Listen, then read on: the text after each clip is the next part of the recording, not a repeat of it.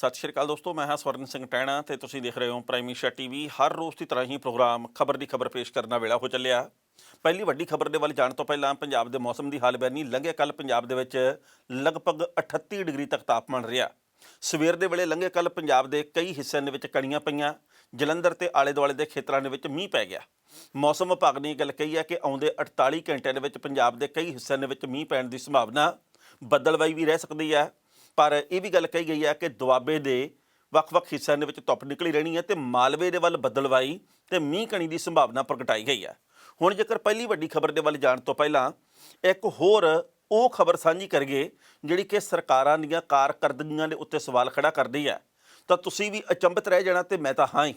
ਉਹਦਾ ਕਾਰਨ ਇਹ ਵੀ ਪਿੱਛੇ ਜੇ ਅਸੀਂ ਇੱਕ ਖਬਰ ਸਾਂਝੀ ਕੀਤੀ ਸੀ ਹਰਦੀਪ ਕੌਰ ਨਾਂ ਦੀ ਖਿਡਾਰਨ ਦੀ, ਜਿਹੜੀ ਕਿ ਗੁਰਨੇ ਕਲਾ ਪਿੰਡ ਦੀ ਰਹਿਣ ਵਾਲੀ ਹੈ ਤੇ ਕਰਾਟੇ ਦੀ ਸਿਰੇ ਦੀ ਖਿਡਾਰਨ, ਬਹੁਤ ਹੀ ਕਮਾਲ ਦੀ ਖਿਡਾਰਨ ਜਿਹਨੇ ਬਹੁਤ ਸਾਰੇ ਗੋਲਡ ਮੈਡਲ ਵੀ ਜਿੱਤੇ ਆ, ਜਿਹਨੇ ਪੰਜਾਬ ਦਾ ਨਾਂ ਰੋਸ਼ਨ ਕੀਤਾ। ਪਰ ਉਹ ਕੁੜੀ ਆਪਦੇ ਪਿੰਡ ਦੇ ਵਿੱਚ ਮਜ਼ਦੂਰਾਂ ਦੇ ਨਾਲ ਝੋਨਾ ਲਾਉਂਦੀ ਵੇਖੀ ਗਈ ਸੀ। ਉਸ ਤੋਂ ਬਾਅਦ ਮੀਡੀਆ ਦੇ ਵਿੱਚ ਚਰਚਾ ਛਿੜੀ ਤੇ ਪੰਜਾਬ ਦੇ ਖੇਡ ਮੰਤਰੀ ਰਾਣਾ ਸੋਢੀ ਦੇ ਵੱਲੋਂ ਉਸ ਕੁੜੀ ਨੂੰ ਹਰਦੀਪ ਕੌਰ ਨੂੰ ਹੁਣ ਨੌਕਰੀ ਦਿੱਤੀ ਗਈ ਆ ਕਰਾਟੇ ਕੋਚ ਦੀ। ਚਲੋ ਚੰਗੀ ਗੱਲ ਆ, ਭਾਵੇਂ ਇਹ ਠੇਕਾ ਆਧਾਰਿਤ ਨੌਕਰੀ ਆ, ਕੈਜੂਅਲ ਵਾਲੀ ਨੌਕਰੀ ਆ, ਪਰ ਕੁਝ ਮਿਲਿਆ ਤਾਂ ਸਹੀ ਜੋ ਕਿ ਆਸ ਨਹੀਂ ਸੀ ਤੇ ਬਾਕੀ ਖਿਡਾਰੀਆਂ ਨੂੰ ਉਹਨਾਂ ਦੀ ਕਾਬਲੀਅਤ ਦੇ ਮੁਤਾਬਕ ਨੌਕਰੀਆਂ ਮਿਲਣ, ਇਹਦੀ ਅਸੀਂ ਹਮੇਸ਼ਾ ਇੱਛਾ ਪਾਲਦੇ ਕਾਮਨਾ ਕਰਦੇ ਆ। ਹੁਣ ਇੱਕ ਹੋਰ ਬੜੀ ਖਬਰ ਆਈ ਹੈ ਇਹੋ ਜੀ, ਇਹ ਹੈਗੀ ਦੇਹਰਾਦੂਨ ਤੋਂ। ਦੇਹਰਾਦੂਨ ਦੇ ਇੱਕ ਪਾਰਕ ਦੇ ਬਾਹਰ ਦਿਲਰਾਜ ਕੌਰ ਨਾਂ ਦੀ ਇੱਕ 38 ਸਾਲ ਦੀ ਖਿਡਾਰਨ, ਜਿਹੜੀ ਕਿ ਭਾਰਤ ਦੀ ਪਹਿਲੀ ਔਰਤ ਪੈਰਾ ਰਾਈਫਲ ਸ਼ੂਟਰ ਦੇ ਤੌਰ ਦੇ ਉੱਤੇ ਨਾਮਣਾ ਖੱਟਣ ਵਾਲੀ ਖਿਡਾਰਨ ਆ, ਉਹਦੀ ਦੁਰਗਤੀ ਦੀ ਖਬਰ ਸਾਹਮਣੇ ਆਈ ਹੈ। ਉਹ ਪਾਰਕ ਦੇ ਬਾਹਰ ਆਪਦੇ ਟੱਬਰ ਦੇ ਬਾਕੀ ਜੀਆਂ ਦੇ ਨਾਲ ਬਿਸਕੁਟ ਤੇ ਖਾਣ ਪੀਣ ਵਾਲਾ ਹੋਰ ਸਮਾਨ ਵੇਚਦੀ ਹੈ। ਇਸ ਕੁੜੀ ਨੇ 28 ਗੋਲਡ ਮੈਡਲ ਜਿੱਤੇ ਹੋਏ ਆ। ਇੱਕ ਗੋਲਡ ਮੈਡਲ ਜਿੱਤਣਾ ਸੌਖਾ ਨਹੀਂ ਹੁੰਦਾ, ਪਰ ਇਸ ਕੁੜੀ ਨੇ ਵੱਖ-ਵੱਖ ਮੁਕਾਬਲਿਆਂ ਦੇ ਵਿੱਚ 28 ਗੋਲਡ ਮੈਡਲ ਜਿੱਤੇ ਆ, 5 ਚਾਂਦੀ ਦੇ ਮੈਡਲ ਜਿੱਤੇ ਆ, 6 ਕਾਂਸੇ ਦੇ ਮੈਡਲ ਜਿੱਤੇ ਆ, ਪਰ ਇਹਨੂੰ ਕਿਸੇ ਨੇ ਚਪੜਾਸੀ ਦੀ ਨੌਕਰੀ ਵੀ ਨਹੀਂ ਦਿੱਤੀ। ਕਹਿਣ ਦਾ ਭਾਵ ਇਹ ਹੈ ਵੀ ਅਸੀਂ ਇਹ ਗੱਲ ਕਹਿੰਦੇ ਹਾਂ ਕਿ ਸਰਕਾਰਾਂ ਖਿਡਾਰੀਆਂ ਲਈ ਬਹੁਤ ਕੁਝ ਸੋਚਦੀਆਂ, ਸਰਕਾਰਾਂ ਕਮਾਲਾਂ ਕਰੀ ਜਾਂਦੀਆਂ, ਪਰ ਇਹੋ ਜਿਹੀਆਂ ਖਿਡਾਰਨਾਂ ਵੀ ਭਾਰਤ ਦੇ ਵਿੱਚ ਆ, ਜਾਂ ਇਹੋ ਜਿਹੇ ਬਹੁਤ ਸਾਰੇ ਹੋਰ ਖਿਡਾਰੀ ਭਾਰਤ ਦੇ ਵਿੱਚ ਹੈਗੇ ਆ ਜਿਹੜੇ ਕਿ ਆਪਣੀ ਜ਼ਿੰਦਗੀ ਨੂੰ ਸਹੀ ਤਰੀਕੇ ਨਾਲ ਗੁਜ਼ਰ ਬਸਰ ਕਰਨ ਦੇ ਲਈ, ਆਪਣੇ ਘਰ ਦੇ ਵਿੱਚੋਂ ਗੁਰਬਤ ਕੱਢਣ ਦੇ ਲਈ, ਆਪਦੇ ਟੱਬਰ ਦੇ ਜੀਆਂ ਦਾ ਰੋਟੀ ਟੁੱਕ ਚਲਾਉਣ ਦੇ ਲਈ, ਕੋਈ ਇਸ ਵਕਤ ਝੋਨਾ ਲਾ ਰਿਹਾ, ਕੋਈ ਇਸ ਵਕਤ ਰੇਹੜੀ ਤੇ ਮੂੰਗਫਲੀ ਵੇਚ ਰਿਹਾ, ਕੋਈ ਇਸ ਵਕਤ ਬੋਰੀਆਂ ਚੱਕ ਰਿਹਾ ਪੱਲੇਦਾਰ ਦੇ ਤੌਰ ਦੇ ਉੱਤੇ, ਕੋਈ ਇਸ ਵਕਤ ਬਿਸਕੁਟ ਵੇਚ ਕੇ ਗੁਜ਼ਾਰਾ ਕਰ ਰਹੀ ਹੈ। ਸੋ ਭਾਰਤ ਦੀ ਪਹਿਲੀ ਪੈਰਾ ਰਾਈਫਲ ਸ਼ੂਟਰ ਹੋਵੇ ਤੇ ਉਸ ਕੁੜੀ ਨੇ 28 ਗੋਲਡ ਮੈਡਲ ਜਿੱਤੇ ਹੋਣ ਤੇ ਸਰਕਾਰ ਨੇ ਉਹਨੂੰ ਕਦੇ 5000 ਦੀ ਨੌਕਰੀ ਦੀ ਪੇਸ਼ਕਸ਼ ਵੀ ਨਾ ਕੀਤੀ ਹੋਵੇ, ਇਹ ਬਹੁਤ ਸ਼ਰਮ ਵਾਲੀ ਗੱਲ ਹੈ। ਇਸ ਕੁੜੀ ਦੇ ਪਿਤਾ ਦੀ ਮੌਤ ਹੋ ਗਈ, ਇਹਦੇ ਭਰਾ ਦੀ ਮੌਤ ਹੋ ਗਈ, ਟੱਬਰ ਦੇ ਵਿੱਚ ਹੋਰ ਬਹੁਤ ਸਾਰੀਆਂ ਦੁੱਖ ਦੀਆਂ ਘਟਨਾਵਾਂ ਵਾਪਰੀਆਂ, ਪਰ ਇਹਦਾ ਮਨੋਬਲ ਨਹੀਂ ਟੁੱਟਿਆ। ਇਹ ਕਹਿੰਦੀ ਵੀ ਜੇਕਰ ਜਿਉਂਦੇ ਆ ਤਾਂ ਫਿਰ ਖਾਣਾ ਵੀ ਆ, ਤੇ ਜੇਕਰ ਖਾਣਾ ਵੀ ਆ ਤਾਂ ਫਿਰ ਕਮਾਉਣਾ ਵੀ ਆ, ਤੇ ਜੇ ਸਰਕਾਰ ਕੁਝ ਨਹੀਂ ਦਿੰਦੀ ਤਾਂ ਆਪ ਤਾਂ ਹੱਥ ਪੱਲਾ ਮਾਰਨਾ ਪੈਣਾ ਹੀ ਆ। ਇਸ ਕਰਕੇ ਉਹ ਕਹਿੰਦੀ ਵੀ ਮੈਨੂੰ ਸਰਕਾਰਾਂ ਦੇ ਉੱਤੇ ਦੁੱਖ ਜ਼ਰੂਰ ਆ, ਪਰ ਮੈਂ ਟੱਬਰ ਤਾਂ ਪਾਲਣਾ ਹੀ ਆ। ਤੇ ਹੁਣ ਜਿਹੜੀ ਪਹਿਲੀ ਵੱਡੀ ਖਬਰ ਹੈ ਉਹ ਕਿਸਾਨ ਅੰਦੋਲਨ ਦੇ ਖਿਲਾਫ ਕੀਤੀਆਂ ਜਾ ਰਹੀਆਂ ਕਿੱਤਾਂ ਦੇ ਨਾਲ ਸੰਬੰਧਿਤ ਹੈ। ਪਿਛਲੇ 2-3 ਦਿਨਾਂ ਤੋਂ ਲਗਾਤਾਰ ਇਸ ਗੱਲ ਦੀ ਚਰਚਾ ਚੱਲ ਰਹੀ ਹੈ ਵੀ ਕੇਜਰੀਵਾਲ ਸਾਹਿਬ ਪੰਜਾਬ ਦੇ ਵਿੱਚ ਆਏ, ਅੰਮ੍ਰਿਤਸਰ ਦੇ ਵਿੱਚ ਕੁੰਵਰ ਵਿਜੇ ਪ੍ਰਤਾਪ ਨੂੰ ਆਪਣੀ ਪਾਰਟੀ ਦੇ ਵਿੱਚ ਸ਼ਾਮਲ ਕਰ ਗਏ। ਚਲੋ ਕੁੰਵਰ ਵਿਜੇ ਪ੍ਰਤਾਪ ਦੀ ਮਰਜ਼ੀ, ਕੇਜਰੀਵਾਲ ਦੀ ਮਰਜ਼ੀ, ਕੋਈ ਇਹਦੇ ਮੁਤਲਕ ਆਪਣੇ ਵਿਚਾਰ ਪੇਸ਼ ਕਰੇ, ਉਹਦੀ ਕੋਈ ਤੁਕ ਨਹੀਂ ਬਣਦੀ। ਕਿਹਨੇ ਕਿਹੜੀ ਪਾਰਟੀ 'ਚ ਜਾਣਾ ਇਹ ਉਹਦੀ ਆਪਣੀ ਨਿੱਜੀ ਇੱਛਾ ਹੈਗੀ ਹੈ, ਮਰਜ਼ੀ ਉਹਦੀ ਹੈ। ਪਰ ਉਸ ਦਿਨ ਕੇਜਰੀਵਾਲ ਹੋਰੀ ਇੱਕ ਗੱਲ ਕਹਿ ਕੇ ਗਏ ਕਿ ਪੰਜਾਬ ਦਾ ਮੁੱਖ ਮੰਤਰੀ ਸਿੱਖ ਚਿਹਰਾ ਹੀ ਹੋਊਗਾ, ਇੱਕ ਇਹੋ ਜਿਹਾ ਸਿੱਖ ਚਿਹਰਾ ਹੋਊਗਾ ਜਿਹਦੇ ਉੱਤੇ ਹਰ ਪੰਜਾਬੀ ਮਾਣ ਕਰਦਾ ਹੋਊਗਾ, ਹਰ ਪਾਸੇ ਉਹਦੀ ਚਰਚਾ ਹੋਊਗੀ। ਫਿਰ ਨਾਲ ਦੀ ਨਾਲ ਕਈ ਤਰ੍ਹਾਂ ਦੀਆਂ ਕਨਸੂਆਂ ਆਉਣ ਲੱਗ ਪਈਆਂ ਵੀ ਇਹ ਚਿਹਰਾ ਕੌਣ ਹੋ ਸਕਦਾ। ਕੋਈ ਕਹਿੰਦਾ ਜੀ ਇਹ ਜੋਗਿੰਦਰ ਸਿੰਘ ਉਗਰਾਹਾਂ ਹੋ ਸਕਦੇ ਆ, ਕੋਈ ਕਹਿੰਦਾ ਜੀ ਨਾ ਇਹ ਤਾਂ ਬਲਵੀਰ ਸਿੰਘ ਰਾਜੇਵਾਲ ਹੋ ਸਕਦੇ ਆ, ਕਿਸੇ ਨੇ ਕੁਛ ਕਿਹਾ, ਕਿਸੇ ਨੇ ਕੁਛ ਕਿਹਾ, ਕੋਈ ਕਹਿੰਦਾ ਜੀ ਇਹ ਜਰਨੈਲ ਸਿੰਘ ਹੋ ਸਕਦੇ ਆ, ਕੋਈ ਕਹਿੰਦਾ ਨਾ ਇਹ ਤਾਂ ਭਗਵੰਤ ਮਾਨ ਹੀ ਹੋ, ਕੋਈ ਕਹਿੰਦਾ ਨਹੀਂ ਜੀ ਇਹ ਤਾਂ ਸਰਦਾਰਾ ਸਿੰਘ ਜੌਲ ਹੋ ਸਕਦੇ ਆ, ਕੋਈ ਕਹਿੰਦਾ ਵੀ ਨਵਜੋਤ ਸਿੰਘ ਸਿੱਧੂ ਆਮ ਆਦਮੀ ਪਾਰਟੀ 'ਚ ਆਉਣਗੇ, ਉਹ ਮੁੱਖ ਮੰਤਰੀ ਦਾ ਚਿਹਰਾ ਹੋ ਸਕਦੇ ਆ। ਸੋ ਇਹੋ ਜਿਹੀਆਂ ਖਬਰਾਂ ਲੋਕਾਂ ਦੇ ਬੁੱਲਾਂ ਦੇ ਉੱਤੇ ਆ ਗਈਆਂ, ਜਿੱਥੇ 4 ਬੰਦੇ ਬਹਿੰਦੇ ਆ ਇਸ ਗੱਲ ਦੀ ਚਰਚਾ ਚੱਲ ਪਈ। ਪਰ ਹੁਣ ਸੋਸ਼ਲ ਮੀਡੀਆ ਦੇ ਉੱਤੇ ਪਿਛਲੇ 12-14 ਘੰਟਿਆਂ ਦੇ ਵਿੱਚ ਇੱਕ ਬਹੁਤ ਵੱਡੀ ਖਬਰ ਵਾਇਰਲ ਹੋ ਰਹੀ ਹੈ ਕਿ ਜੀ ਪੰਜਾਬ ਦਾ ਇੱਕ ਮਸ਼ਹੂਰ ਕਿਸਾਨ ਆਗੂ ਜਿਹਨੇ ਪੰਜਾਬ ਦੇ ਵਿੱਚ ਬਹੁਤ ਵੱਡੇ ਕੰਮ ਕੀਤੇ ਆ, ਜਿਹੜਾ ਕਿ ਇਸ ਵਕਤ ਸੰਯੁਕਤ ਕਿਸਾਨ ਮੋਰਚੇ ਦਾ ਆਗੂ ਆ, ਉਹਦੇ ਵੱਲੋਂ ਪਾਰਟੀ ਦੇ ਵਿੱਚ ਆਮ ਆਦਮੀ ਪਾਰਟੀ 'ਚ ਸ਼ਾਮਲ ਹੋਇਆ ਜਾ ਰਿਹਾ ਤੇ ਇਸ ਆਗੂ ਨੂੰ ਮੁੱਖ ਮੰਤਰੀ ਦੇ ਚਿਹਰੇ ਦੇ ਤੌਰ ਦੇ ਉੱਤੇ ਪੇਸ਼ ਕੀਤਾ ਜਾ ਸਕਦਾ। ਫਿਰ ਗੱਲ ਉੱਥੇ ਹੀ ਆ ਗਈ ਵੀ ਜੇਕਰ ਇੱਕ ਆਗੂ ਆ ਤਾਂ ਫਿਰ ਪੰਜਾਬ ਦੇ ਵਿੱਚੋਂ ਦੋਵਾਂ ਦੇ ਵਿੱਚੋਂ ਇੱਕ ਹੋ ਸਕਦਾ, ਜਾਂ ਜੋਗਿੰਦਰ ਸਿੰਘ ਉਗਰਾਹਾਂ ਜਾਂ ਬਲਵੀਰ ਸਿੰਘ ਰਾਜੇਵਾਲ। ਪਰ ਰਾਜੇਵਾਲ ਹੋਰਾਂ ਨੇ ਇਸ ਮਾਮਲੇ ਦੇ ਉੱਤੇ ਸਾਰੀ ਗੱਲ ਕਲੀਅਰ ਕਰਤੀ ਹੈ। ਉਹਨਾਂ ਨੇ ਇਸ ਮਾਮਲੇ ਦੇ ਉੱਤੇ ਬੀਜੇਪੀ ਦੇ ਪੋਤੜੇ ਫਰੋਲ ਕੇ ਰੱਖ ਦਿੱਤੇ ਆ। ਉਹਨਾਂ ਨੇ ਇਹ ਗੱਲ ਕਹੀ ਆ ਵੀ IT ਸੈੱਲ ਬੀਜੇਪੀ ਦਾ ਇਸ ਵਕਤ ਕੀ ਕੁਝ ਕਰ ਰਿਹਾ, ਇਹਦੀਆਂ ਉਦਾਹਰਨਾਂ ਹੁਣ ਤੱਕ ਬਹੁਤ ਸਾਰੀਆਂ ਆਈਆਂ। ਇਹ ਸੰਯੁਕਤ ਕਿਸਾਨ ਮੋਰਚੇ ਦੇ ਵਿੱਚ ਪਾਟਕ ਪਾਉਣ ਵਾਲੀ ਗੱਲ ਹੈ। ਇਹ ਪੰਜਾਬ ਦੇ ਕਿਸਾਨ ਆਗੂਆਂ ਦੇ ਵਿੱਚ ਵੰਡੀਆਂ ਪਾਉਣ ਵਾਲੀ ਗੱਲ ਹੈ। ਨਾ ਮੈਨੂੰ ਕੋਈ ਆਮ ਆਦਮੀ ਪਾਰਟੀ ਦਾ ਮਿਲਿਆ ਆਗੂ, ਤੇ ਨਾ ਮੈਂ ਕਿਸੇ ਨੂੰ ਜਾ ਕੇ ਮਿਲਿਆ, ਤੇ ਨਾ ਹੀ ਮੇਰਾ ਕਿਸੇ ਪਾਰਟੀ ਦੇ ਵਿੱਚ ਜਾਣ ਦਾ ਪ੍ਰੋਗਰਾਮ ਆ, ਪਰ ਜਾਣਬੁੱਝ ਕੇ ਮੈਨੂੰ ਬਦਨਾਮ ਕੀਤਾ ਜਾ ਰਿਹਾ ਤਾਂ ਜੋ ਲੋਕਾਂ ਦੀ ਧਾਰਨਾ ਬਦਲ ਜੇ ਵੀ ਇਹ ਤਾਂ ਆਹ ਕੁਛ ਕਰਨ ਆਏ ਆ। ਬਾਕੀ ਦੇ ਪਾਰਟੀ ਦੇ ਆਗੂ ਆ ਜਿਹੜੇ, ਸੰਯੁਕਤ ਕਿਸਾਨ ਮੋਰਚੇ ਦੇ ਆਗੂ ਆ ਜਿਹੜੇ, ਉਹ ਸਾਡੇ ਤੋਂ ਦੂਰੀ ਬਣਾਉਣੀ ਸ਼ੁਰੂ ਕਰ ਦੇਣ, ਪਰ ਇਦਾਂ ਦਾ ਕੁਝ ਨਹੀਂ ਹੋਊਗਾ।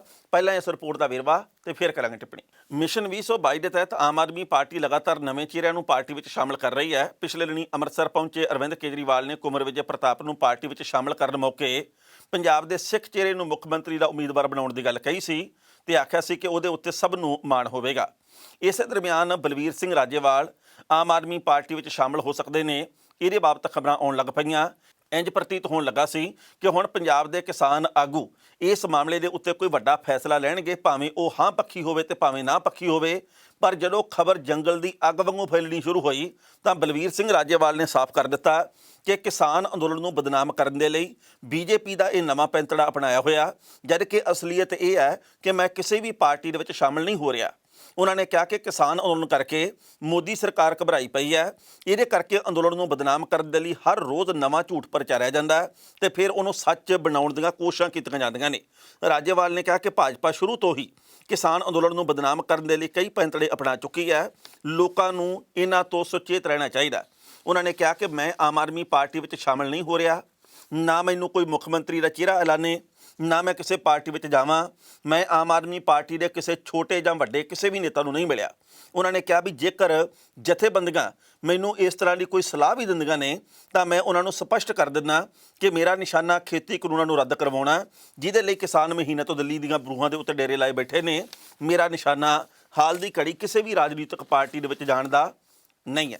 ਇਸ ਖਬਰ ਦੇ ਉੱਤੇ ਟਿੱਪਣੀ ਕਰਦਾ ਦੋਸਤੋ, ਪਹਿਲੀ ਗੱਲ ਤਾਂ ਅਸੀਂ ਕਹਾਂਗੇ ਕਿ ਇਹਦੇ ਵਿੱਚ ਕੋਈ ਦੋ ਰਾਏ ਨਹੀਂ ਕਿ ਪੰਜਾਬ ਦੇ ਲੋਕਾਂ ਦਾ ਵੱਡਾ ਹਿੱਸਾ ਇਹ ਚਾਹੁੰਦਾ ਵੀ ਜੇਕਰ ਇਸ ਵਕਤ ਅੰਦੋਲਨਕਾਰੀ ਕਿਸਾਨ ਆਗੂਆਂ ਦੇ ਵੱਲੋਂ ਇੱਕ ਨਵੀਂ ਪਾਰਟੀ ਦਾ ਗਠਨ ਕੀਤਾ ਜਾਵੇ, ਇਸ ਅੰਦੋਲਨ ਦੇ ਵਿੱਚੋਂ ਇੱਕ ਨਵੀਂ ਸਿਆਸੀ ਧਿਰ ਨਿਕਲ ਆਵੇ ਤਾਂ ਮਾੜੀ ਗੱਲ ਕੋਈ ਨਹੀਂ। ਕਿਉਂਕਿ ਜੇਕਰ ਅੰਨਾ ਹਜ਼ਾਰੇ ਦੇ ਅੰਦੋਲਨ ਦੇ ਵਿੱਚੋਂ ਆਮ ਆਦਮੀ ਪਾਰਟੀ ਨਿਕਲ ਸਕਦੀ ਹੈ ਤਾਂ ਇਸ ਕਿਸਾਨ ਅੰਦੋਲਨ ਦੇ ਵਿੱਚੋਂ ਕੋਈ ਰਾਜਨੀਤਿਕ ਧਿਰ ਪੰਜਾਬ ਦੇ ਲਈ ਕਿਉਂ ਨਹੀਂ ਨਿਕਲ ਸਕਦੀ? ਤੇ ਜੇਕਰ ਨਿਕਲੇ ਤਾਂ ਚੰਗੀ ਗੱਲ ਹੈ, ਸ਼ਾਇਦ ਪੰਜਾਬ ਦਾ ਕੁਝ ਹੋ ਜਾਵੇ, ਸੰਵਰ ਜਾਵੇ। ਹੋ ਸਕਦਾ ਮੁਕਾਬਲੇ ਦੇ ਵਿੱਚ ਬਾਕੀ ਪਾਰਟੀਆਂ ਚੰਗਾ ਕੰਮ ਵੀ ਕਰਨ। ਪਰ ਜਦੋਂ ਵੀ ਅਸੀਂ ਜੋਗਿੰਦਰ ਸਿੰਘ ਉਗਰਾਹਾਂ ਦੇ ਨਾਲ ਗੱਲ ਕੀਤੀ, ਜਦੋਂ ਵੀ ਮੈਂ ਨਿੱਜੀ ਤੌਰ ਤੇ ਡਾਕਟਰ ਦਰਸ਼ਨਪਾਲ ਨਾਲ ਗੱਲ ਕੀਤੀ, ਜਦੋਂ ਵੀ ਮੈਂ ਨਿੱਜੀ ਤੌਰ ਦੇ ਉੱਤੇ ਬਲਵੀਰ ਸਿੰਘ ਰਾਜੇਵਾਲ ਨਾਲ ਗੱਲ ਕੀਤੀ, ਉਹਨਾਂ ਨੇ ਇਹ ਗੱਲ ਕਹੀ ਹੈ ਕਿ ਸਾਡਾ ਹਾਲੇ ਤੱਕ ਕੋਈ ਮਨੋਰਥ ਨਹੀਂਗਾ, ਸਾਡਾ ਹਾਲੇ ਤੱਕ ਕੋਈ ਪ੍ਰੋਗਰਾਮ ਨਹੀਂਗਾ, ਰਾਜਨੀਤਿਕ ਪਾਰਟੀ ਬਹੁਤ ਦੂਰ ਦੀ ਗੱਲ ਹੈ। ਪਹਿਲਾਂ ਸਾਡੀ ਪੂਰੀ ਦੀ ਪੂਰੀ ਕੋਸ਼ਿਸ਼ ਹੈ ਵੀ ਜਿਹੜੇ ਕੰਮ ਲਈ ਅਸੀਂ ਇੱਥੇ ਬਾਰਡਰਾਂ ਤੇ ਆਏ ਹਾਂ ਇਹ ਮਸਲਾ ਹੱਲ ਹੋਣਾ ਚਾਹੀਦਾ।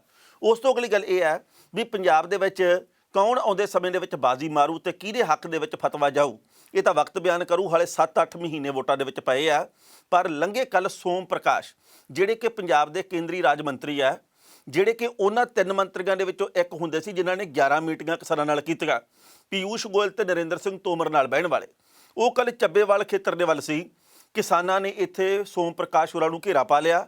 ਬੜੀ ਮੁਸ਼ਕਲ ਦੇ ਨਾਲ ਉਹ ਆਪਣੀਆਂ ਗੱਡੀਆਂ ਭਜਾ ਕੇ ਤੇ ਉੱਥੋਂ ਬਚ ਨਿਕਲਣ ਦੇ ਵਿੱਚ ਸਫਲ ਹੋਏ ਆ। ਕਿਸਾਨਾਂ ਨੇ ਕਾਲੀਆਂ ਝੰਡੀਆਂ ਦਿਖਾਈਆਂ, ਚਾਰੇ ਪਾਸਿਓਂ ਘੇਰਾ ਪਾ ਲਿਆ ਤੇ ਗੱਡੀਆਂ ਦੇ ਪਿੱਛੇ ਵੀ ਦੌੜਿਆ ਤੇ ਗੱਡੀਆਂ ਜਿਹੜੀਆਂ ਉਹ ਸ਼ਤਾਬਦੀ ਐਕਸਪ੍ਰੈਸ ਵਾਂਗੂ ਦੌੜਦੀਆਂ ਸੀ। ਯਾਨੀ ਕਿ ਕਿਸਾਨਾਂ ਨੇ ਇਹ ਗੱਲ ਕਹੀ ਹੈ 7 ਮਹੀਨੇ ਪੂਰੇ ਹੋ ਚੱਲੇ ਆ, ਤੁਸੀਂ ਸਾਡੇ ਲਈ ਕੁਝ ਨਹੀਂ ਕੀਤਾ ਤੇ ਜੇਕਰ ਤੁਸੀਂ ਸਾਡੇ ਲਈ ਕੁਝ ਨਹੀਂ ਕੀਤਾ ਤਾਂ ਅਸੀਂ ਮੂਹਰੇ ਖੜ੍ਹ ਕੇ ਤੁਹਾਨੂੰ ਸਵਾਲ ਕਰਨੇ ਆ। ਪਰ ਬੀਜੇਪੀ ਦਾ ਕੋਈ ਵੀ ਨੇਤਾ ਹਾਲ ਦੀ ਘੜੀ ਇਹੋ ਜਿਹਾ ਨਹੀਂ ਜਿਹੜਾ ਕਿਸਾਨਾਂ ਦੇ ਇਕੱਠ ਦੇ ਮੂਹਰੇ ਖੜਾ ਹੋ ਕੇ ਇਹ ਗੱਲ ਕਵੇ ਕਿ ਮੈਂ ਤੁਹਾਨੂੰ ਦੱਸਦਾ ਵੀ ਖੇਤੀ ਕਾਨੂੰਨ ਵਧੀਆ ਕਿਵੇਂ ਆ, ਮੈਂ ਤੁਹਾਨੂੰ ਦੱਸਦਾ ਵੀ ਇਹ ਕਾਨੂੰਨ ਲਾਹੇਵੰਦ ਕਿਵੇਂ, ਤੁਹਾਡੀ ਦੁੱਗਣੀ ਆਮਦਨ ਕਿਵੇਂ ਹੋਣੀ ਆ, ਮੈਂ ਤੁਹਾਨੂੰ ਦੱਸਦਾ ਵੀ ਤੁਹਾਨੂੰ ਗੁੰਮਰਾਹ ਕਿਹਨੇ ਕੀਤਾ, ਮੈਂ ਤੁਹਾਨੂੰ ਦੱਸਦਾ ਜੀ ਕਿ ਇਹ ਕਾਨੂੰਨ ਬਹੁਤ ਕਮਾਲ ਦੇ ਆ, ਇਹਨੂੰ ਛੇਤੀ ਛੇਤੀ ਕਬੂਲ ਕਰ ਲਓ। ਦੌੜ ਕੇ ਦੂਰ ਚਲੇ ਜਾਂਦੇ ਆ, ਦੂਰ ਜਾ ਕੇ ਕਹਿੰਦੇ ਆ ਵੀ ਨਾ ਇਹ ਤਾਂ ਖੇਤੀ ਕਾਨੂੰਨ ਬਹੁਤ ਵਧੀਆ, ਇਹ ਤਾਂ ਗੁੰਮਰਾਹ ਹੋਏ ਲੋਕ ਆ। ਸੋ ਇਦਾਂ ਦਾ ਪੰਜਾਬ, ਹਰਿਆਣੇ ਤੇ ਬਾਕੀ ਵੱਖ-ਵੱਖ ਥਾਵਾਂ ਦੇ ਉੱਤੇ ਕੁਝ ਚੱਲ ਰਿਹਾ। ਪਰ ਕੱਲ੍ਹ ਰਾਕੇਸ਼ ਟਕੈਤ ਹੋਰਾਂ ਨੇ ਵੀ ਇਹ ਗੱਲ ਕਹੀ ਹੈ ਵੀ 4 ਲੱਖ ਟਰੈਕਟਰ ਵੀ ਉਵੇਂ ਖੜਾ, ਲੱਖਾਂ ਦੀ ਗਿਣਤੀ ਵਿੱਚ ਕਿਸਾਨ ਵੀ ਉਵੇਂ ਆ, ਤੇਲ ਪਾਣੀ ਟਰੈਕਟਰਾਂ ਦੇ ਵਿੱਚ ਫੁੱਲ ਉਵੇਂ ਹੀ ਆ, ਬਾਰਡਰਾਂ ਦੇ ਉੱਤੇ ਇਕੱਠ ਪਹਿਲਾਂ ਵਾਂਗੂ ਹੀ ਆ। ਤੇ ਕੇਂਦਰ ਦੀ ਸਰਕਾਰ ਇਹ ਭੁੱਲ ਜੇ ਵੀ ਕਿਸਾਨ ਆ ਜਿਹੜੇ ਉਹ ਕਰੋਨਾ ਦੀ ਤੀਜੀ ਲਹਿਰ ਆਊਗੀ, ਦੂਜੀ ਲਹਿਰ ਨਹੀਂ, ਐਂ ਕਰਤਾ ਉਹ ਕਰਤਾ, ਇਹ ਕਰਤਾ ਉਹ ਕਰਤਾ, ਇਹਦੇ ਨਾਲ ਅਸੀਂ ਪਿੱਛੇ ਮੁੜਨ ਵਾਲੇ ਨਹੀਂ। ਜੇਕਰ ਤੁਸੀਂ ਨਾ ਮੰਨੇ ਤਾਂ 26 ਤਰੀਕ ਤਾਂ ਹਰ ਮਹੀਨੇ ਦੇ ਵਿੱਚ ਆਉਂਦੀ ਹੈ ਤਾਂ ਫਿਰ ਅਸੀਂ ਦਿੱਲੀ ਦੇ ਵੱਲ ਵੀ ਘੇਰਾ ਕੱਤਣ ਦੀ ਤਿਆਰੀ ਕਰ ਲਾਂਗੇ। ਅਗਲਾ ਪ੍ਰੋਗਰਾਮ ਅਸੀਂ ਤਿੱਖਾ ਤੇ ਵੱਡਾ ਮਿੱਥਾਂਗੇ। ਸੋ ਕਹਿਣ ਦਾ ਭਾਵ ਇਹ ਹੈ ਵੀ ਕਿਸਾਨ ਆਰ-ਪਾਰ ਦੀ ਜੰਗ ਦੇ ਉੱਤੇ ਆ, ਡਟੇ ਹੋਏ ਆ ਕਿਸਾਨ ਬਾਰਡਰਾਂ ਦੇ ਉੱਤੇ। 7 ਮਹੀਨੇ ਤੱਕ ਬਹਿਣਾ ਕੋਈ ਸੌਖਾ ਕੰਮ ਨਹੀਂ ਹੁੰਦਾ, ਪਰ ਉੱਥੇ ਬੈਠੇ ਹੋਏ ਲੋਕਾਂ ਨੂੰ ਸਲਾਮ ਹੈ।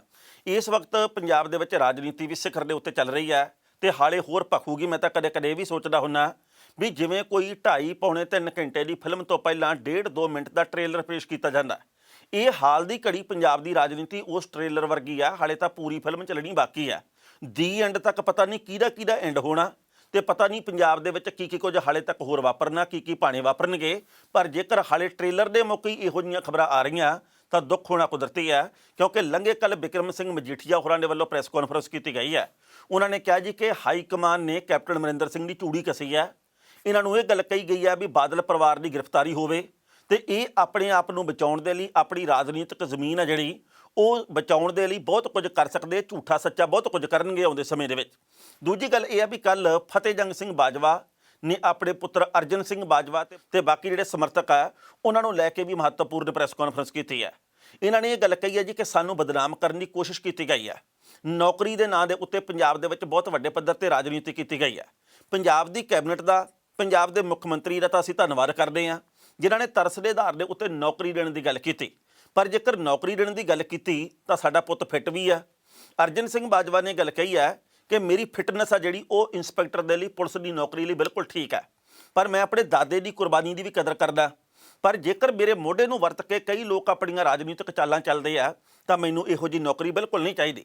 ਅਸੀਂ 2 ਦਿਨ ਪਹਿਲਾਂ ਹੀ ਇਹ ਗੱਲ ਕਹੀ ਸੀ ਕਿ ਫਤਿਹਜੰਗ ਸਿੰਘ ਬਾਜਵਾ ਦੇ ਵੱਲੋਂ ਆਪਣੇ ਪੁੱਤ ਦੀ ਨੌਕਰੀ ਤੋਂ ਇਨਕਾਰ ਕੀਤਾ ਜਾਊਗਾ, ਕਿਉਂਕਿ ਪ੍ਰਤਾਪ ਸਿੰਘ ਬਾਜਵਾ ਨੇ ਆਪਣੇ ਭਰਾ ਨੂੰ ਇਹ ਗੱਲ ਕਹੀ ਸੀ ਵੀ ਨੌਕਰੀ ਨਹੀਂ ਲੈਣੀ ਚਾਹੀਦੀ। ਉਹਨਾਂ ਨੇ ਤਾਂ ਰਾਕੇਸ਼ ਪਾਂਡੇ ਹੋਰਾਂ ਨੂੰ ਵੀ ਇਹ ਗੱਲ ਕਹੀ ਵੀ ਤੁਸੀਂ ਵੀ ਆਪਦੇ ਪੁੱਤ ਨੂੰ ਨਾਇਬ ਤਹਿਸੀਲਦਾਰ ਲਾਉਣ ਵਾਲੀ ਗੱਲ ਛੱਡ ਦਿਓ, ਇਹ ਨੌਕਰੀ ਕਬੂਲ ਕਰਨੀ ਬੰਦ ਕਰੋ, ਕਿਉਂਕਿ ਇਸ ਵਕਤ ਪੰਜਾਬ ਦੇ ਵਿੱਚ ਮਾਹੌਲ ਕਿਹੋ ਜਿਹਾ ਬਣਿਆ ਤੁਸੀਂ ਜਾਣੋ। ਸੋ ਕੱਲ੍ਹ ਅਰਜਨ ਸਿੰਘ ਬਾਜਵਾ, ਫਤਿਹਜੰਗ ਸਿੰਘ ਬਾਜਵਾ ਤੇ ਬਾਕੀਆਂ ਦੇ ਵੱਲੋਂ ਆਪਣੇ ਵਿਚਾਰ ਪੇਸ਼ ਕੀਤੇ ਗਏ ਆ। ਹੁਣ ਵਕਤ ਬਿਆਨ ਕਰੂਗਾ ਵੀ ਰਾਕੇਸ਼ ਪਾਂਡੇ ਇਸ ਮਾਮਲੇ ਦੇ ਉੱਤੇ ਕੀ ਫੈਸਲਾ ਲੈਂਦੇ ਆ। ਪਹਿਲਾਂ ਇਸ ਰਿਪੋਰਟ ਦਾ ਵੇਰਵਾ ਪੇਸ਼ ਕਰਦੇ ਆ ਤੇ ਫਿਰ ਕਰਾਂਗੇ ਟਿੱਪਣੀ। ਲੰਘੇ ਕੱਲ੍ਹ ਕਾਂਗਰਸ ਦੇ ਵਿਧਾਇਕ ਫਤਿਹਜੰਗ ਸਿੰਘ ਬਾਜਵਾ ਦੇ ਵੱਲੋਂ ਇਹ ਗੱਲ ਸਾਫ਼ ਤੇ ਸਪਸ਼ਟ ਕਰ ਦਿੱਤੀ ਗਈ ਹੈ ਕਿ ਉਹਨਾਂ ਦੇ ਪੁੱਤ ਨੂੰ ਨੌਕਰੀ ਨਹੀਂ ਚਾਹੀਦੀ। ਅਰਜਨ ਸਿੰਘ ਬਾਜਵਾ ਨੇ ਕਿਹਾ ਕਿ ਮੈਂ ਤਾਂ ਫਿਲਮੀ ਖੇਤਰ ਦਾ ਹੀਰੋ ਬਣਨਾ ਚਾਹੁੰਦਾ, ਯਾਨੀ ਕਿ ਮੈਂ ਰੀਅਲ ਲਾਈਫ ਦਾ ਨਾਇਕ ਬਣਨਾ ਚਾਹੁੰਦਾ, ਪਰ ਇਸ ਵਕਤ ਪੰਜਾਬ ਦੇ ਰਾਜਨੀਤਿਕ ਲੋਕਾਂ ਨੇ ਮੈਨੂੰ ਖਲਨਾਇਕ ਬਣਾ ਕੇ ਰੱਖ ਦਿੱਤਾ। ਉਹਨਾਂ ਨੇ ਕਿਹਾ ਕਿ ਮੇਰੀ ਜ਼ਿੰਦਗੀ ਦਾ ਮਨੋਰਥ ਪੰਜਾਬ ਲਈ ਕੁਝ ਕਰਕੇ ਦਿਖਾਉਣਾ, ਪਰ ਜਾਣਬੁੱਝ ਕੇ ਕਈ ਲੋਕਾਂ ਦੇ ਵੱਲੋਂ ਮੇਰਾ ਤੇ ਮੇਰੇ ਪਰਿਵਾਰ ਦਾ ਨਾਂ ਵਰਤਿਆ ਗਿਆ ਤੇ ਦੁਰਵਰਤੋਂ ਕੀਤੀ ਗਈ ਹੈ। ਉਹਨਾਂ ਨੇ ਕਿਹਾ ਕਿ ਮੈਨੂੰ ਆਪਣੇ ਦਾਦਾ ਜੀ ਦੀ ਕੁਰਬਾਨੀ ਦੇ ਉੱਤੇ ਮਾਣ ਹੈ, ਪਰ ਮੈਂ ਇਸ ਨੌਕਰੀ ਨੂੰ ਹਾਸਲ ਕਰਨ ਦਾ ਇੱਛੁਕ ਨਹੀਂ ਹਾਂ। ਜਿਹੜੀ ਨੌਕਰੀ ਪੰਜਾਬ ਦੇ ਵਿੱਚ ਸਵਾਲ ਖੜੇ ਕਰੇ, ਜਿਹੜੀ ਨੌਕਰੀ ਪੰਜਾਬ ਕਾਂਗਰਸ ਦੇ ਉੱਤੇ ਸਵਾਲ ਖੜੇ ਕਰੇ, ਕਿਉਂਕਿ ਇਸ ਵਕਤ ਬਹੁਤ ਸਾਰੇ ਰਾਜਨੀਤਿਕ ਲੋਕ ਇਸੇ ਮਸਲੇ ਨੂੰ ਵਰਤ ਕੇ ਆਪਣੀਆਂ ਰਾਜਨੀਤਿਕ ਰੋਟੀਆਂ ਸੇਕ ਰਹੇ ਨੇ। ਇਸ ਮੌਕੇ ਦੇ ਉੱਤੇ ਬਾਜਵਾ ਪਰਿਵਾਰ ਦੇ ਮੈਂਬਰਾਂ ਵੱਲੋਂ ਕਿਹਾ ਗਿਆ ਕਿ ਕਾਂਗਰਸ ਦੇ ਵੀ ਕੁਝ ਲੋਕ ਇਸ ਵਕਤ ਗਲਤ ਪ੍ਰਚਾਰ ਕਰ ਰਹੇ ਨੇ ਤੇ ਵਿਰੋਧੀ ਪਾਰਟੀਆਂ ਦੇ ਕੋਲ ਵੀ ਕੋਈ ਹੋਰ ਮੁੱਦਾ ਨਹੀਂ, ਜਿਹਦੇ ਕਰਕੇ ਇਹ ਸਾਰਾ ਕੁਝ ਵੱਡੇ ਪੱਧਰ ਦੇ ਉੱਤੇ ਉਭਾਰਿਆ ਗਿਆ। ਇਸ ਖਬਰ ਦੇ ਉੱਤੇ ਟਿੱਪਣੀ ਕਰ ਰਹੇ ਦੋਸਤੋ, ਪਹਿਲੀ ਗੱਲ ਤਾਂ ਅਸੀਂ ਕਹਾਂਗੇ ਜਿਸ ਤਰੀਕੇ ਦੇ ਨਾਲ ਫਤਿਹਜੰਗ ਸਿੰਘ ਬਾਜਵਾ ਹੋਰਾਂ ਦੇ ਵੱਲੋਂ ਨੌਕਰੀ ਛੱਡਣ ਦੀ ਗੱਲ ਕਹੀ ਗਈ ਹੈ ਪੁੱਤ ਦੀ, ਇਹ ਸਮੇਂ ਦੀ ਲੋੜ ਵੀ ਸੀ, ਕਿਉਂਕਿ ਇਹਦੇ ਨਾਲ ਬਾਜਵਾ ਪਰਿਵਾਰ ਦਾ ਆਪਣਾ ਅਕਸ ਵੀ ਖਰਾਬ ਹੋਣਾ ਸੀ। ਦੂਜੀ ਗੱਲ ਇਹ ਆ ਵੀ ਪੰਜਾਬ ਕਾਂਗਰਸ ਦਾ ਅਕਸ ਵੀ ਖਰਾਬ ਹੋ ਰਿਹਾ ਸੀ, ਕਿਉਂਕਿ ਵਿਰੋਧੀ ਪਾਰਟੀਆਂ ਕਾਂਗਰਸ ਦਾ ਹੀ ਇੱਕ ਹਿੱਸਾ ਪੰਜਾਬ ਦੇ ਬੇਰੁਜ਼ਗਾਰ ਤੇ ਸਮੁੱਚੀ ਦੁਨੀਆ ਦੇ ਵਿੱਚ ਵਸਦੇ ਲੋਕ ਇਹ ਗੱਲ ਕਹਿ ਰਹੇ ਸੀ ਕਿ ਸ਼ੀਰਨੀ ਆਪਣਿਆਂ ਨੂੰ ਹੀ ਵੰਡੀ ਜਾਂਦੀ ਆ, ਮੁੜ ਘਿੜ ਕੇ ਹੋਰ ਕਿਸੇ ਨੂੰ ਕੁਝ ਦੇਣ ਦੀ ਗੱਲ ਨਹੀਂ ਹੈ। ਸੋ ਇਸ ਕਰਕੇ ਵੇਲੇ ਸਿਰ ਇਹ ਕੀਤਾ ਗਿਆ ਫੈਸਲਾ ਜਿਹੜਾ ਇਹ ਮੇਰਾ ਖਿਆਲ ਆ ਕਿ ਦਰੁਸਤ ਹੈ। ਦੂਜੀ ਗੱਲ ਇਹ ਆ ਵੀ ਰਾਕੇਸ਼ ਪਾਂਡੇ ਇਸ ਮਾਮਲੇ ਦੇ ਉੱਤੇ ਕੀ ਫੈਸਲਾ ਕਰਨਗੇ ਇਹ ਵਕਤ ਬਿਆਨ ਕਰੂਗਾ। ਪਰ ਜੇਕਰ ਅਸੀਂ ਨੌਕਰੀਆਂ ਦੀ ਗੱਲ ਕਰਦੇ, ਪੰਜਾਬ ਦੇ ਵਿੱਚ ਪਿਛਲੇ 4.5 ਵਰ੍ਹਿਆਂ 'ਚ ਕਿੰਨੀਆਂ ਨੌਕਰੀਆਂ ਮਿਲੀਆਂ, ਤਾਂ ਜਦੋਂ ਅਸੀਂ ਬੋਰਡ ਦੇਖਦੇ ਹਾਂ ਵੱਖ-ਵੱਖ ਥਾਵਾਂ ਦੇ ਉੱਤੇ, ਸੜਕਾਂ ਦੇ ਉੱਤੇ, ਚੌਂਕਾਂ ਦੇ ਵਿੱਚ ਲੱਗੇ ਹੋਏ, ਉਹਦੇ ਉੱਤੇ ਲਿਖਿਆ ਹੋਇਆ ਜੀ ਲੱਖਾਂ ਹੀ ਨੌਕਰੀਆਂ ਪੰਜਾਬ ਦੀ ਜਵਾਨੀ ਨੂੰ ਮਿਲੀਆਂ। ਪਰ ਆਮ ਆਦਮੀ ਪਾਰਟੀ ਦੇ ਵੱਲੋਂ ਇੱਕ RTI ਦੇ ਰਾਹੀਂ ਰਿਪੋਰਟ ਨਸ਼ਰ ਕੀਤੀ ਗਈ ਹੈ। ਉਹਨਾਂ ਨੇ ਕਿਹਾ ਜੀ ਕਿ ਪਿਛਲੇ 4.5 ਸਾਲ ਦੇ ਵਿੱਚ ਕਹਿੰਦੇ ਜੀ ਅਸੀਂ 16 ਲੱਖ ਤੋਂ ਵੱਧ ਨੌਕਰੀਆਂ ਦਿੱਤੀਆਂ। ਇਹਨਾਂ ਨੇ ਤਾਂ ਉਹ ਵੀ ਨੌਜਵਾਨ ਵਿੱਚ ਸ਼ਾਮਲ ਕਰਤੇ ਜਿਹੜੇ ਕਿ ਕਰਜ਼ਾ ਚੱਕ ਕੇ ਬੈਂਕਾਂ ਦੇ ਵਿੱਚੋਂ ਆਪਣਾ ਕੰਮਕਾਜ ਕਰਨ ਲੱਗ ਪਏ। ਇਹਨਾਂ ਨੇ ਉਹ ਵੀ ਸ਼ਾਮਲ ਕਰ ਲਏ ਵਿੱਚ ਨੌਜਵਾਨ ਜਿਹੜੇ ਕਿ ਪੰਜਾਬ ਦੇ ਫੌਜ ਦੇ ਵਿੱਚ ਭਰਤੀ ਹੋਏ ਆ। ਮਤਲਬ ਇਹ ਹੈ ਕਿ ਕਾਂਗਰਸ ਦੇ ਵੱਲੋਂ ਆਪਣੇ ਅੰਕੜੇ ਨੂੰ ਵੱਡਾ ਕਰਨ ਦੇ ਲਈ ਬਹੁਤ ਕੁਝ ਗਲਤ ਪ੍ਰਚਾਰਿਆ ਜਾ ਰਿਹਾ ਤੇ ਲੋਕਾਂ ਨੂੰ ਇਹਨਾਂ ਤੋਂ ਅਵੇਅਰ ਰਹਿਣਾ ਚਾਹੀਦਾ, ਸੁਚੇਤ ਰਹਿਣਾ ਚਾਹੀਦਾ। ਕਹਿਣ ਦਾ ਭਾਵ ਇਹ ਹੈ ਕਿ ਪੰਜਾਬ ਦੀ ਕਾਂਗਰਸ ਦੀ ਗੱਲ ਕਰੀਏ, ਕਲੇਸ਼ ਸਿਖਰ ਦੇ ਉੱਤੇ ਆ। ਆਮ ਆਦਮੀ ਪਾਰਟੀ ਦੀ ਗੱਲ ਕਰੀਏ, ਕਈ ਨਵੇਂ ਚਿਹਰੇ ਸ਼ਾਮਲ ਕਰਨ ਦੇ ਲਈ ਬਿਲਕੁਲ ਤਤਪਰ ਹੈ। ਅਕਾਲੀ ਦਲ ਤੇ ਬਸਪਾ ਗੱਠਜੋੜ ਦੀ ਗੱਲ ਕਰੀਏ, ਉਹ ਕਹਿੰਦੇ ਜੀ ਕਿ ਇਸ ਵਕਤ ਕਿਸੇ ਨੇ ਕੁਛ ਨਹੀਂ ਕੀਤਾ, ਅਸੀਂ ਹੀ ਪੰਜਾਬ ਬਚਾ ਸਕਦੇ ਹਾਂ। ਸੋ ਆਉਣ ਵਾਲਾ ਸਮਾਂ ਜਿਹੜਾ ਉਹ ਪੰਜਾਬ ਦੇ ਵਿੱਚ ਰਾਜਨੀਤਿਕ ਤੌਰ ਦੇ ਉੱਤੇ ਬੜੀ ਕਸ਼ਮਕਸ਼ ਵਾਲਾ ਵੀ ਹੋਊਗਾ ਤੇ ਬਹੁਤ ਗੁੰਝਲਦਾਰ ਜਿਹਾ ਵੀ ਤੇ ਬੜਾ ਧੁੰਦਲਾ ਜਿਹਾ ਵੀ ਪ੍ਰਤੀਤ ਹੁੰਦਾ। ਹਾਲੇ ਤੱਕ ਕਿਸੇ ਨੂੰ ਕੁਝ ਸਾਫ਼ ਨਹੀਂ ਹੁੰਦਾ। ਹਾਲਾਂਕਿ ਜੋ ਸਾਡੇ ਭੈਣਾਂ ਵੀਰ ਇਸ ਵਕਤ ਪ੍ਰੋਗਰਾਮ ਦੇਖ ਰਹੇ ਆ, ਉਹਨਾਂ ਦੇ ਵਿੱਚੋਂ ਕਈ ਇਹ ਜਾਣਨਾ ਚਾਹੁੰਦੇ ਹੁੰਦੇ ਜੀ ਕਿ ਪੰਜਾਬ ਦੇ ਵਿੱਚ ਕਿਹੜੀ ਸਰਕਾਰ ਬਣੂ ਆਉਂਦੇ ਸਮੇਂ ਦੇ ਵਿੱਚ। ਮੈਂ ਤਾਂ ਦੋ ਟੁਕ ਉੱਤਰ ਇਹ ਬੇਨਤੀ ਦੇ ਰੂਪ ਦੇ ਵਿੱਚ ਦਿੰਦਾ ਹੁੰਦਾ ਕਿ ਦੇਖੋ ਜੀ, ਇੰਨੀ ਕਾਹਲੀ ਆਪਾਂ ਨੂੰ ਕਰਨੀ ਨਹੀਂ ਚਾਹੀਦੀ। ਹਾਲੇ ਤੱਕ ਤਾਂ ਇਹ ਨਹੀਂ ਪਤਾ ਵੀ ਕਿਹਨੇ ਛਾਲ ਮਾਰ ਕੇ ਕਿਹੜੀ ਪਾਰਟੀ ਦੇ ਵਿੱਚ ਚਲੇ ਜਾਣਾ। ਹਾਲੇ ਇਹ ਤਸਵੀਰ ਘੱਟੋ ਘੱਟ 6 ਮਹੀਨਿਆਂ ਬਾਅਦ ਸਾਫ਼ ਹੋਣੀ ਆ। 7 ਤੋਂ 8 ਮਹੀਨਿਆਂ ਬਾਅਦ ਪੰਜਾਬ ਦੇ ਵਿੱਚ ਵੋਟਾਂ ਪੈਣੀਆਂ। ਸੋ ਜਿਹੜੇ ਲੋਕ ਸਾਨੂੰ ਅੱਜ ਚੰਗੇ ਲੱਗਦੇ ਆ, ਇਹਨਾਂ ਦੇ ਵਿੱਚ ਸਾਨੂੰ 100 ਕਿਸਮ ਦੇ ਨੁਕਸ ਨਜ਼ਰ ਆਉਣ ਲੱਗਣਗੇ। ਜਿਨ੍ਹਾਂ ਦੇ ਵਿੱਚ ਨੁਕਸ ਨਜ਼ਰ ਆਉਂਦੇ ਆ, ਉਹਨਾਂ ਦੇ ਵਿੱਚੋਂ ਕਈ ਸਾਡੇ ਨਾਇਕ ਬਣ ਕੇ ਉੱਭਰਨੇ ਆ। ਬਹੁਤ ਕੁਝ ਹੋਣਾ ਹਾਲੇ ਪੰਜਾਬ ਦੇ ਵਿੱਚ। ਬੀਜੇਪੀ ਨੂੰ ਬਹੁਤ ਵੱਡੇ ਝਟਕੇ ਲੱਗ ਰਹੇ ਆ, ਕੋਈ ਮੰਨੇ ਜਾਂ ਨਾ ਮੰਨੇ, ਪਰ 7 ਮਹੀਨੇ ਦੇ ਕਿਸਾਨ ਅੰਦੋਲਨ ਨੇ ਬੀਜੇਪੀ ਦਾ ਅੰਦਰੂਨੀ ਤੌਰ ਦੇ ਉੱਤੇ ਬਹੁਤ ਨੁਕਸਾਨ ਕੀਤਾ। ਉੱਤੋਂ ਭਾਵੇਂ ਬੀਜੇਪੀ ਦੇ ਨੇਤਾ ਹੱਸੀ ਜਾਂਦੇ ਹੋਣ, ਪਰ ਅੰਦਰੋਂ ਉਹ ਬਿਸਕੁਟ ਵਾਂਗੂ ਭੁਰੇ ਪਏ ਆ। ਇਉਂ ਪ੍ਰਤੀਤ ਹੁੰਦਾ ਆਉਂਦੇ ਸਮੇਂ ਦੇ ਵਿੱਚ ਬੀਜੇਪੀ ਦੀਆਂ ਚੁਣੌਤੀਆਂ 'ਚ ਹੋਰ ਵਾਧਾ ਹੋਊਗਾ। ਪੱਛਮੀ ਬੰਗਾਲ ਦੇ ਵਿੱਚ ਮਮਤਾ ਬੈਨਰਜੀ ਨੇ ਐਸਾ ਕਰੰਟ ਲਾਇਆ, ਐਸਾ ਝਟਕਾ ਦਿੱਤਾ ਵੀ ਬੀਜੇਪੀ ਹਾਲੇ ਉੱਥੇ ਤਾਬੇ ਨਹੀਂ ਆ ਰਹੀ। ਕਦੇ ਮੁਕਲ ਰਾਏ ਦੀ ਘਰ ਵਾਪਸੀ, ਅੱਜ ਤਾਂ ਕਮਾਲ ਹੋ ਗਈ ਆ, ਕਿਉਂਕਿ 200 ਦੇ ਕਰੀਬ ਹੁਗਲੀ ਖੇਤਰ ਦੇ ਵਿੱਚ ਬੀਜੇਪੀ ਦੇ ਇਹੋ ਜਿਹੇ ਕਾਰਕੁਨ ਆ ਜਿਨ੍ਹਾਂ ਨੇ ਸਿਰ ਮੁਨਵਾ ਕੇ ਆਪਦੇ ਪਿੰਡੇ ਦੇ ਉੱਤੇ ਗੰਗਾ ਜਲ ਛਿੜਕ ਕੇ ਤੇ ਸੁੱਚੇ ਹੋ ਕੇ ਬਾਅਦ ਦੇ ਵਿੱਚ ਉਹ ਤ੍ਰਿਣਮੂਲ ਕਾਂਗਰਸ ਦੇ ਵਿੱਚ ਵਾਪਸ ਗਏ ਆ। ਉਹਨਾਂ ਨੇ ਇਹ ਗੱਲ ਕਹੀ ਹੈ ਜੀ ਕਿ ਸਾਡੇ ਕੋਲੋਂ ਭੁੱਲ ਹੋ ਗਈ ਸੀ, ਅਸੀਂ ਇਹ ਸਮਝ ਬੈਠੇ ਸੀ ਜੀ ਕਿ ਹੁਣ ਬੀਜੇਪੀ ਜਿੱਤੂਗੀ, ਅਸੀਂ ਇਸੇ ਕਰਕੇ ਛੜੱਪਾ ਮਾਰ ਕੇ ਪਰਲੇ ਪਾਰ ਚਲੇ ਗਏ। ਹੁਣ ਬੀਜੇਪੀ ਨੇ ਇਹ ਗੱਲ ਕਹੀ ਹੈ ਕਿ ਤ੍ਰਿਣਮੂਲ ਕਾਂਗਰਸ ਦੇ ਵੱਲੋਂ ਇਹ ਡਰਾਮੇਬਾਜ਼ੀ ਕੀਤੀ ਜਾ ਰਹੀ ਹੈ। ਉਹ ਕਹਿੰਦੇ ਜੀ ਕਿ ਆਪਦੇ ਬੰਦੇ ਖੜੇ ਕਰਕੇ ਸਿਰ ਬਣਵਾ ਕੇ ਗੰਗਾ ਜਲ ਛਿੜਕ ਕੇ ਇਹ ਕਹਿੰਦੇ ਨੇ ਜੀ ਕਿ ਇਹਦਾ ਬੀਜੇਪੀ ਦੇ ਵੱਲੋਂ ਆਏ ਆ, ਸਾਡਾ ਇਹਨਾਂ ਦੇ ਨਾਲ ਕੋਈ ਸੰਬੰਧ ਨਹੀਂ ਹੁੰਦਾ, ਇਹ ਨਾਟਕਬਾਜ਼ੀ ਚੱਲ ਰਹੀ ਹੈ। ਪਰ ਬੀਜੇਪੀ ਦੀ ਹਾਲਤ ਪਤਲੀ ਹੈ ਕਈ ਥਾਵਾਂ ਦੇ ਉੱਤੇ, ਤੇ ਯੂਪੀ ਜਿੱਤਣ ਦੇ ਲਈ, ਉੱਤਰਾਖੰਡ ਜਿੱਤਣ ਦੇ ਲਈ, ਪੰਜਾਬ ਜਿੱਤਣ ਦੇ ਲਈ ਉਹਨਾਂ ਦੀਆਂ ਕੋਸ਼ਿਸ਼ਾਂ ਜਾਰੀ ਹੈ। ਪਰ ਹਾਲ ਦੀ ਘੜੀ ਕਿਸਾਨ ਅੰਦੋਲਨ ਚੱਲਦਾ ਹੋਣ ਕਰਕੇ ਦੂਰ ਦੀ ਕੌਡੀ ਇਹ ਕੁਝ ਪ੍ਰਤੀਤ ਹੁੰਦਾ। ਪਹਿਲਾਂ ਇਸ ਰਿਪੋਰਟ ਦਾ ਵੇਰਵਾ ਤੇ ਫਿਰ ਕਰਾਂਗੇ ਟਿੱਪਣੀ। ਪੱਛਮੀ ਬੰਗਾਲ ਦੇ ਹੁਗਲੀ ਖੇਤਰ ਦੇ ਵਿੱਚ 200 ਦੇ ਕਰੀਬ ਭਾਜਪਾ ਕਾਰਕੁਨਾਂ ਨੇ ਆਪਣੇ ਸਿਰ ਮੁਨਵਾ ਕੇ ਤ੍ਰਿਣਮੂਲ ਕਾਂਗਰਸ ਦੇ ਵਿੱਚ ਵਾਪਸੀ ਕੀਤੀ ਹੈ। ਇਨ੍ਹਾਂ ਭਾਜਪਾ ਕਾਰਕੁਨਾਂ ਨੇ ਭਾਜਪਾ ਦੇ ਨਾਲ ਜੁੜਨ ਨੂੰ ਆਪਣੀ ਗਲਤੀ ਕਰਾਰ ਦਿੱਤਾ ਹੈ ਤੇ ਪਛਤਾਵੇ ਵਜੋਂ ਉਹਨਾਂ ਨੇ ਸਿਰ ਮੁਨਾ ਕੇ ਪਹਿਲਾਂ ਆਪਣੇ ਉੱਤੇ ਗੰਗਾ ਜਲ ਛਿੜਕ ਕੇ ਖੁਦ ਨੂੰ ਸ਼ੁੱਧ ਕੀਤਾ ਤੇ ਫਿਰ TMC ਦੇ ਵਿੱਚ ਵਾਪਸੀ ਕੀਤੀ ਹੈ। ਦੱਸਿਆ ਜਾ ਰਿਹਾ ਕਿ ਹੁਗਲੀ ਦੇ ਆਰਾਮਬਾਗ ਇਲਾਕੇ ਦੇ ਵਿੱਚ ਸੰਸਦ ਮੈਂਬਰ ਅਪਰੂਪਾ ਦਾ ਹੱਥ ਫੜ ਕੇ ਇਹਨਾਂ ਭਾਜਪਾ ਕਾਰਕੁਨਾਂ ਨੇ TMC ਦਾ ਝੰਡਾ ਫੜਿਆ। ਇੱਥੇ ਵੀ ਦੱਸਣਾ ਬਣਦਾ ਹੈ ਕਿ ਅੱਜ ਇੱਥੋਂ ਦੀ ਸੰਸਦ ਮੈਂਬਰ ਦੇ ਵੱਲੋਂ ਆਰਾਮਬਾਗ ਦੇ ਵਿੱਚ ਗਰੀਬਾਂ ਦੇ ਲਈ ਮੁਫਤ ਭੋਜਨ ਦਾ ਪ੍ਰੋਗਰਾਮ ਰੱਖਿਆ ਗਿਆ ਸੀ। ਇਸੇ ਦੌਰਾਨ ਕੁਝ ਲੋਕ ਆਏ ਤੇ ਉਹਨਾਂ ਨੇ ਕਿਹਾ ਕਿ ਭਾਜਪਾ ਦੇ ਵਿੱਚ ਸ਼ਾਮਲ ਹੋ ਕੇ ਅਸੀਂ ਗਲਤੀ ਕੀਤੀ ਹੈ, ਅਸੀਂ ਸਿਰ ਮੁਨਵਾ ਕੇ ਪਛਤਾਵਾ ਕਰਨ ਤੋਂ ਬਾਅਦ ਤ੍ਰਿਣਮੂਲ ਕਾਂਗਰਸ ਦੇ ਵਿੱਚ ਵਾਪਸੀ ਚਾਹੁੰਦੇ ਹਾਂ। ਕੁਝ ਦਿਨ ਪਹਿਲਾਂ ਹੀ ਬੀਰਭੂਮ ਦੇ ਵਿੱਚ ਸੈਂਕੜੇ ਭਾਜਪਾ ਕਾਰਕੁਨਾਂ ਦੇ ਉੱਤੇ ਗੰਗਾ ਜਲ ਛਿੜਕ ਕੇ TMC ਦੇ ਵਿੱਚ ਵਾਪਸ ਜੁਆਇਨ ਕਰਵਾਇਆ ਗਿਆ ਸੀ। ਚੋਣਾਂ ਤੋਂ ਬਾਅਦ ਤ੍ਰਿਣਮੂਲ ਕਾਂਗਰਸ ਦੀ ਜਿੱਤ ਤੋਂ ਬਾਅਦ ਪੱਛਮੀ ਬੰਗਾਲ ਦੇ ਕਈ ਜ਼ਿਲ੍ਹਿਆਂ ਦੇ ਵਿੱਚ ਸੈਂਕੜੇ ਦੀ ਗਿਣਤੀ ਦੇ ਵਿੱਚ ਘਰ ਵਾਪਸੀ ਹੋ ਰਹੀ ਹੈ। ਇਸ ਖਬਰ ਦੇ ਉੱਤੇ ਟਿੱਪਣੀ ਕਰਦੇ ਦੋਸਤੋ, ਪਹਿਲੀ ਗੱਲ ਤਾਂ ਅਸੀਂ ਕਹਾਂਗੇ ਜਿਸ ਤਰੀਕੇ ਦੇ ਹਾਲਾਤ ਬਣੇ ਹੋਏ ਆ, ਆਉਂਦੇ ਸਮੇਂ ਦੇ ਵਿੱਚ ਬੀਜੇਪੀ ਨੂੰ ਹੋਰ ਵੱਡੇ ਝਟਕੇ ਲੱਗ ਸਕਦੇ ਜੇਕਰ ਉਹਨੇ ਇਸ ਵਕਤ ਕੰਧ ਦੇ ਉੱਤੇ ਲਿਖਿਆ ਨਾ ਪੜ੍ਹਿਆ ਤਾਂ। ਇਸ ਵਕਤ ਬੀਜੇਪੀ ਦੇ ਮੂਹਰੇ ਚੁਣੌਤੀਆਂ ਦਾ ਪਹਾੜ ਆ, ਪਰ ਸੱਤਾ ਦੇ ਨਸ਼ੇ ਦੇ ਵਿੱਚ ਚੂਰ ਬਹੁਤ ਕੁਝ ਉਹ ਇਹੋ ਜਿਹਾ ਕਰ ਰਹੇ ਜਿਹੜਾ ਕਿ ਆਉਂਦੇ ਸਮੇਂ ਦੇ ਵਿੱਚ ਰਾਹ ਦੇ ਵਿੱਚ ਕੰਡੇ ਖਿਲਾਰ ਸਕਦਾ। ਸੋ ਇਸ ਕਰਕੇ ਬੀਜੇਪੀ ਦੀ ਸਰਕਾਰ ਜਿਹੜੇ ਸੂਬੇ ਦੇ ਵਿੱਚ ਹੈ ਜਾਂ ਜਿਹੜੀ ਕੇਂਦਰ ਦੀ ਸਰਕਾਰ ਹੈ, ਉਹਨੂੰ ਇਹ ਚਾਹੀਦਾ ਜੀ ਕਿ ਲੋਕ ਪੱਖੀ ਗੱਲ ਕੀਤੀ ਜਾਵੇ, ਲੋਕਾਂ ਦੀ ਸੇਵਾ ਦੀ ਗੱਲ ਕੀਤੀ ਜਾਵੇ। ਲੋਕਾਂ ਦੀ ਸੇਵਾ ਨਾ ਤਾਂ 107 ਰੁਪਏ ਲੀਟਰ ਪੈਟਰੋਲ ਕਰਨ ਨਾਲ ਹੁੰਦੀ ਹੈ, ਨਾ ਖਾਣ ਵਾਲੇ ਤੇਲਾਂ ਦੀਆਂ ਕੀਮਤਾਂ ਦੇ ਵਿੱਚ ਵਾਧਾ ਕਰਨ ਨਾਲ ਹੁੰਦੀ ਹੈ। ਮੈਂ ਤਾਂ ਪਿਛਲੇ ਦਿਨ ਹੈਰਾਨ ਰਹਿ ਗਿਆ, ਨਰਿੰਦਰ ਸਿੰਘ ਤੋਮਰ ਕਹਿੰਦੇ ਵੀ ਸਰੋਂ ਦੇ ਤੇਲ ਦੀ ਕੀਮਤ ਦੇ ਵਿੱਚ ਇੱਕਦਮ ਤਾਂ ਵਾਧਾ ਹੋਇਆ ਕਿਉਂਕਿ ਅਸੀਂ ਮਿਲਾਵਟ ਖਤਮ ਕਰਤੀ ਹੈ। ਤਾਂ ਮੈਂ ਸੋਚੀ ਜਾਂਦਾ ਉਸ ਦਿਨ ਦਾ ਵੀ ਹੁਣ ਤੱਕ ਅਸੀਂ 7.25 ਸਾਲ ਮਤਲਬ ਇਹ ਮਿਲਾਵਟ ਵਾਲੀ ਚੀਜ਼ ਹੀ ਖਾਈ ਗਏ, ਤੁਸੀਂ ਉਦੋਂ ਕਿਉਂ ਨਾ ਰੋਕਿਆ? ਤੇ ਹੁਣ ਜਦੋਂ ਸਾਰੀ ਸਰੋਂ ਰਾਮਦੇਵ ਤੇ ਬਾਕੀ ਵੱਡੀਆਂ ਕੰਪਨੀਆਂ ਨੇ ਚੱਕ ਲਈ ਹੈ ਕਿਸਾਨਾਂ ਦੇ ਕੋਲੋਂ ਤੇ ਤੇਲ ਦੇ ਉੱਤੇ ਕਬਜ਼ਾ ਕਰ ਲਿਆ, ਤੇ ਇਵੇਂ ਲੱਗਦਾ ਕਿ ਆਉਂਦੇ ਸਮੇਂ ਦੇ ਵਿੱਚ ਆਟਾ ਚੱਕੀਆਂ ਦੇ ਉੱਤੇ ਕਬਜ਼ਾ ਕੀਤਾ ਜਾਣਾ ਤੇ ਫਿਰ ਸਾਡੇ ਪਿੰਡ ਪੱਲੇ ਕੀ ਰਹੂਗਾ। ਸੋ ਬੇਨਤੀ ਇਹ ਹੈ ਇਸ ਗੱਲ ਦੀ ਕਿ ਜਿਹੜੇ ਲੋਕ ਇਹ ਗੱਲ ਕਹਿੰਦੇ ਵੀ ਸਾਨੂੰ ਕੀ ਫਰਕ ਪੈਂਦਾ, ਇਹ ਕਿਸਾਨਾਂ ਦਾ ਅੰਦੋਲਨ ਆ। ਸਾਡੇ ਕੋਲੇ ਕਿਹੜਾ ਜ਼ਮੀਨ ਆ, ਸਭ ਤੋਂ ਵੱਧ ਮਾਂਜੇ ਉਹਨਾਂ ਨੇ ਜਾਣਾ, ਸਭ ਤੋਂ ਵੱਧ ਰਗੜਾ ਉਹਨਾਂ ਨੂੰ ਲੱਗਣਾ। ਕਿਸਾਨ ਤਾਂ ਚਲੋ ਆਪਦੇ ਜੋਗੀ ਕਣਕ, ਆਪਦੇ ਜੋਗੇ ਚੌਲ, ਆਪਦੇ ਜੋਗੀ ਮੱਕੀ ਆਪੇ ਪੈਦਾ ਕਰ ਲੂ। ਇਹ ਦੱਸੋ ਵੀ ਜਿਹਦੇ ਕੋਲੇ ਜ਼ਮੀਨ ਹੈ ਨਹੀਂ ਉਹਨਾਂ ਨੇ ਕਿੱਥੋਂ ਥੈਲੀਆਂ ਲੈਣੀਆਂ? ਜਦੋਂ ਸਟੋਰ ਦੇ ਵਿੱਚੋਂ ਥੈਲੀਆਂ ਲੈਣਗੇ ਤਾਂ ਚੀਕ ਉਹਨਾਂ ਦੀ ਆਮ ਬੰਦੇ ਨਾਲੋਂ ਵੱਧ ਨਿਕਲਣੀ ਆ। ਇਸ ਕਰਕੇ ਆਪਦੀ ਚੀਕ ਦੇ ਬਾਰੇ ਹੁਣੇ ਸੋਚਣਾ ਚਾਹੀਦਾ ਵੀ ਇਹ ਨਾ ਨਿਕਲੇ। ਇਸ ਕਰਕੇ ਅਸੀਂ ਚੰਗੇ ਨੂੰ ਚੰਗਾ ਤੇ ਮਾੜੇ ਨੂੰ ਮਾੜਾ ਕਹੀਏ, ਗਲਤ ਨੂੰ ਗਲਤ ਤੇ ਸਹੀ ਨੂੰ ਸਹੀ ਕਹੀਏ ਤੇ ਕਿਸਾਨਾਂ ਦਾ ਸਾਥ ਦੇਈਏ। ਦੂਜੀ ਗੱਲ ਇਹ ਹੈ ਵੀ ਪੱਛਮੀ ਬੰਗਾਲ ਦੇ ਵਿੱਚ ਜੋ ਕੁਝ ਹੋ ਰਿਹਾ ਇਹ ਵੀ ਇੱਕ ਟ੍ਰੇਲਰ ਆ। ਆਉਂਦੇ ਸਮੇਂ ਦੇ ਵਿੱਚ ਹੋ ਸਕਦਾ ਕਿ ਬੀਜੇਪੀ ਦੇ ਮੂਹਰੇ ਹੋਰ ਸਮੱਸਿਆਵਾਂ ਵਧਣ। ਜਿਹੜੇ ਲੋਕ ਅੰਨੀ ਭਗਤੀ ਦੇ ਵਿੱਚ ਇਹ ਗੱਲ ਕਹਿੰਦੇ ਆ ਕਿ ਘਰ ਘਰ ਮੋਦੀ ਤਾਂ ਠੀਕ ਹੀ ਹੁੰਦਾ, 56 ਇੰਚ ਦੀ ਛਾਤੀ ਇਉਂ ਹੀ ਹੁੰਦੀ ਹੈ। ਉਹਨਾਂ ਨੂੰ ਬੇਨਤੀ ਹੈ ਵੀ ਕਦੇ ਤਾਂ ਗੈਰਤਮੰਦੀ ਵਾਲੀ ਆਪਾਂ ਗੱਲ ਕਰੀਏ।